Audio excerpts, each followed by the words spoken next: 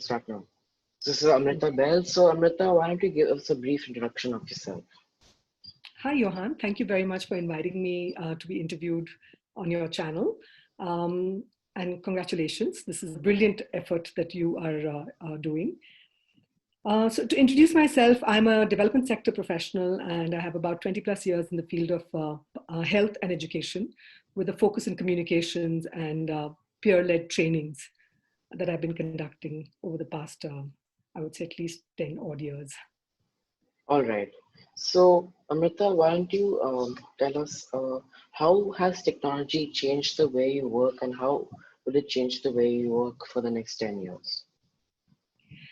So, that's a very interesting question because when I started my career, technology was not the mainstay of, education or even the health sector. I started, when I did my second master's at Columbia in the field of health education, I wrote a thesis over there, which then I decided to implement in India in the prison system.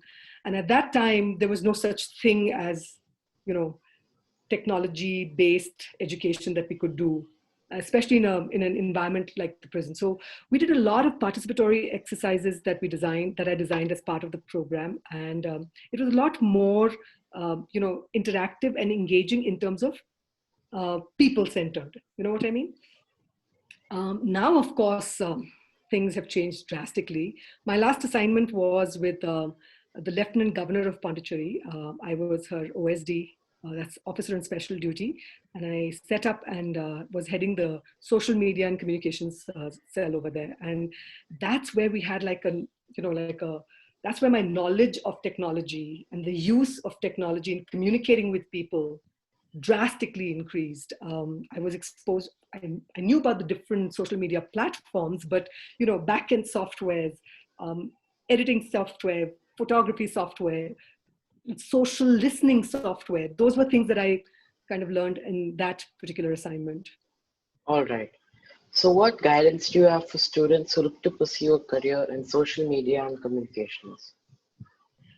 For me, it was by chance. It was not a concerted effort because if you look at my degrees, my focus has been psychology and then clinical psychology, then focused on health education. So my primary interest has always been health and education, and I've also used social media to understand those two sectors better.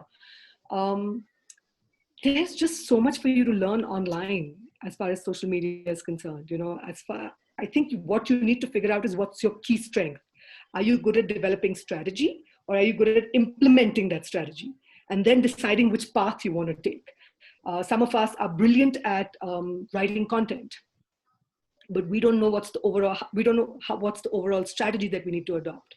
So, again, it depends solely on the person who's interested and, what is it that what is it that they're really passionate about? And I think that should be at the crux of all career options that you try for. If you're not passionate about it, you won't stick to it for too long. All right. So thank you, Amrita. Thank you for your time. Mm-hmm. All right, then. You're welcome. All the best.